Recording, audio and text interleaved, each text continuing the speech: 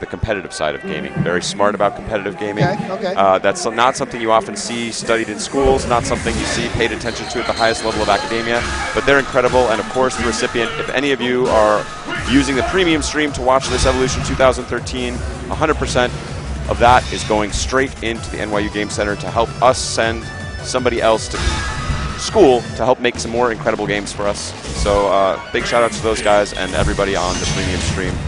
They really appreciate it. All right, Sako putting on the headphones. Wants the audio cues. He might be one of those players that helps his timing to hear the sounds of the game. It's all kind of magic poetry. Ooh, comboing off of the max range, crouching forward. And again, yes, he's going into the air there to try and avoid that mix-up. Hopefully catch the kunai up in the air where it's not easy for Ibuki to combo and follow that up. Yeah, willing to take that tiny bit of damage to get out of the mix-up. Yes, it's the price that must be paid. Great counter, and Ibuki dropping back to that perfect distance. Don't you want to throw a fireball? I got a clean counter for it. Now he knows she doesn't have the meter, so he's able to throw those fireworks. But so far, this is all Sakonoko. There's the knockdown he needs. Sako survives. But again, Sako just to stay crouching to get under that demon foot dive kick. And a wake-up uppercut. Sometimes the best online tactics can win you rounds at Evolution Top 8. Great sweep. Oh, he tried to get under there. Yeah. Sako trying to reset his distance, and that was a great counter of the low roundhouse with the fishing line of Ibuki's low strong. Hard knockdown, goes low.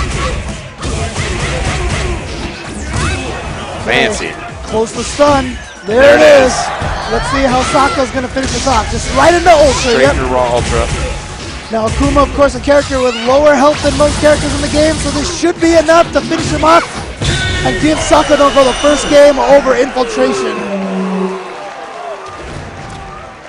Now, you know, Infiltration has had a history of doing less effectively against players he does not have notes on and players that he has not played against before. And Sako, a lot of the great Japanese players are, of course, trained in the arcades and still training in the arcades, still a healthy scene over in Japan.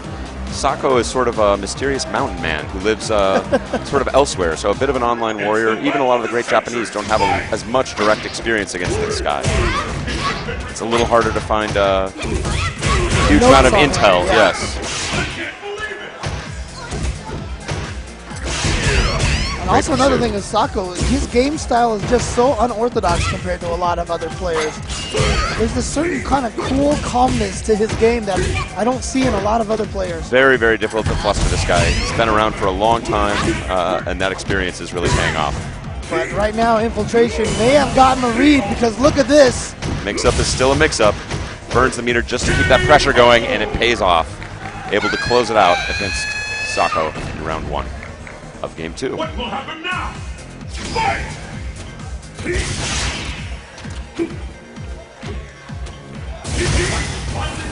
Using the EX meter,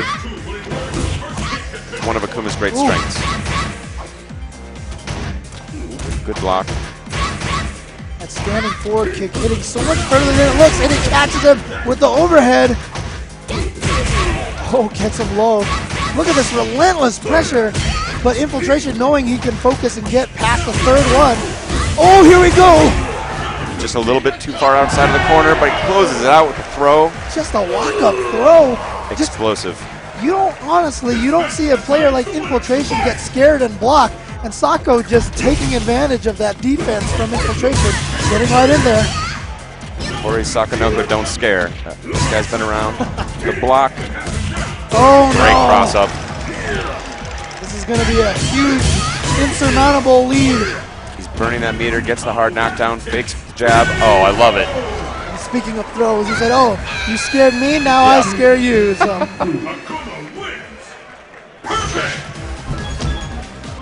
This is loser's bracket again, 3 out of 5.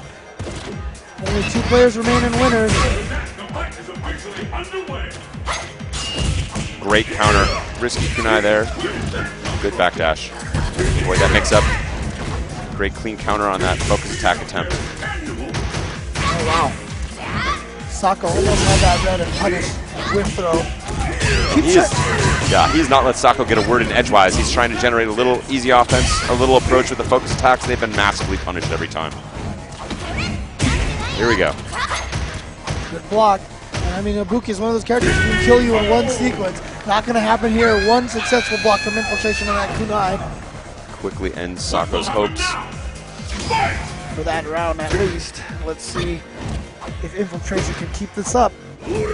Again, lost the first game, but has seemingly made some sort of adjustment here. And look what's missing here. That fireball game has been put basically in his far back pocket. He's content to just sit there and throw normals and do clean counters on Ibuki's approaches. He's been very successful with that. Oh, good pressure. Oh wow, he went just a little too hard. EX into the grab. Oh no, oh, he's goes ultra. Straight into the ultra. It's just enough to kill. He wasn't going to get the follow-up, but that's all he needed for the victory there. So Sako tying it up 1-1 in this crucial third game.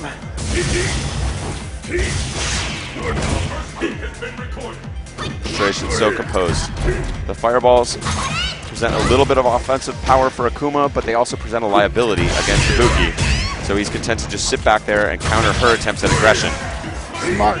Not even giving her the chance to throw the kunai out. No, that is. Uppercut. Oh, what side? Burns the EX to close out the game. Infiltration going up 2-1. Another god may be served for dinner. Sako closing his eyes, doing a little thinking here. We saw earlier in the day Reynolds go all the way through loser's bracket. We saw Mango go all the way through loser's bracket. We saw Justin Long go through a gauntlet himself to get to grand finals. Are we going to see the same thing with Infiltration here? Infiltration really putting himself on the map with that EX uppercut, perhaps inspired by Daigo-san, but not paying off for either of these gentlemen. He got a big punish to give Ibuki a healthy 70% lead. Oh, blocking the wrong way, and that's going to give the round to Sakonoko. Just like that, he's back.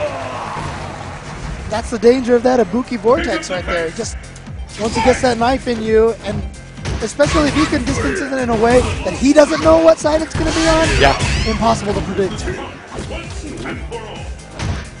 Actually, to reset the situation, Infiltration again getting paid with the normals. Focusing that time to make it safe, gets away with the throw. Wow, and this is the explosive side of Infiltration. Oh, wow. Super jumping out of the corner, but then back in, a little bit off. Wow, that was so fast. Connected with the low, but not able to complete it. Oh, and tried to hop it. Infiltration just closing it out. Not sure if that was intentional from Sako. Might have been an accidental execution error. Haven't seen him use that move at all. Down the last round of game 4. This is match point for Infiltration. He could send Sakonoko home right here. Trading. Nice focus dash through. Again, not being put off that focus attack, although Infiltration has had the answer so far. Oh, went low. Great counter sweep. And then an empty demon flip throw. Counter poke again.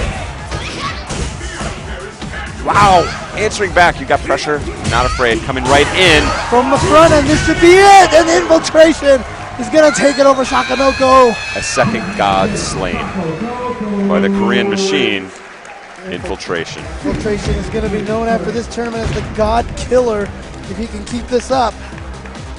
Has the potential.